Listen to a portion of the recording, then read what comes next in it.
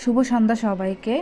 শারদ চলে গেল আরও 2 দিন আগেই, কিন্তু শারদের ভিডিও রয়ে গেল আমার কাছে, আপনাদের মাঝে শেয়ার করা হয়নি।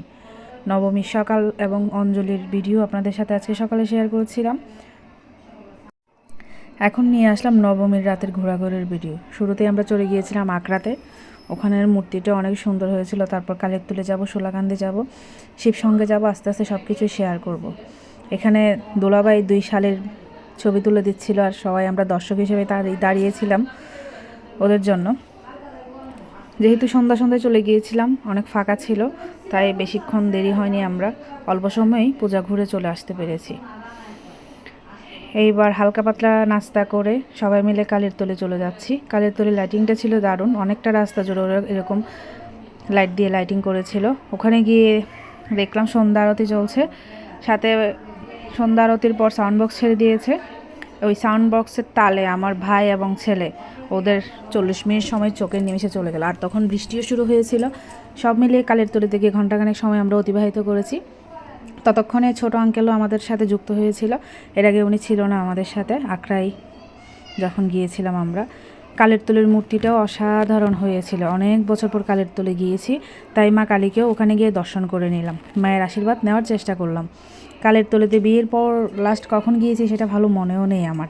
এই যে কালেরতলের মা কালী, এখানে প্রতি বছর বাৎসরিক পূজা করা হয় এবং অবশ্যই পুরা এলাকা জুড়ে সবাইকে অন্নপ্রসাদ খাওয়ানো হয়।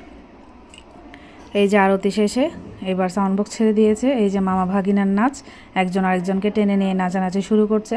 যেহেতু ওরা এলাকার মানুষ, সবাই সবাইকে চিনে, এলাকার বাচ্চারা। এখানে শুধু এলাকার বাইরে ছিল আমার ছেলে আর আমার কাকার ছোট ছেলেটা, দুজন একসাথেই দাঁড়িয়েছিল। ওদের তালও উঠছিল, আবার লজ্জাও পাচ্ছিল, যেহেতু এলাকা পরিচিত না। শুধু ওরা দুজন পাশাপাশি গলায় জড়াজড়ি করে একটু একটু গায়ের তাল ঝোলাচ্ছিল।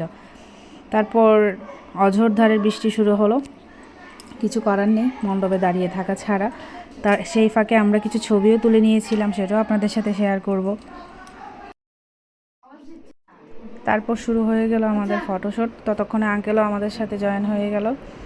ফটোশ্যুট একের পর একের চলছে, একজন সরে দাঁড়ালে অন্যজন এসে দাঁড়িয়ে যাচ্ছে মায়ের সামনে ফটো তোলার জন্য। তারপর বাড়ি ফেরার পাড়া, রাস্তার মোড় আইসক্রিমের দোকানে সবাই মিলে আইসক্রিম খেয়ে নিলাম। সেই ফাঁকে সাহিত্যর বাবা মাঝখানে আমাদের সাথে ছিল না, সাহিত্যের বাবা টিটন সরোবরও এসে জয়েন হয়ে গেল। তারপর আস্তে ধীরে বাড়ির দিকে চলে যাব।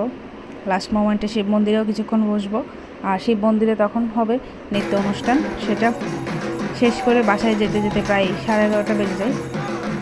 ভিডিওটাও তো আজকে এখানেই শেষ করবো। তার আগে আপনাদেরকে নবমীর রাতের মুচিনেস আর নবমীর আরতিটা শেয়ার করে দিচ্ছি। সবাই ভালো থাকবেন, সুস্থ থাকবেন এবং সাবধানে থাকবেন। আর অবশ্যই আমার পেজে লাইক কমেন্ট শেয়ার দিয়ে পাশে থাকবেন। ধন্যবাদ ভিডিওটা দেখার জন্য।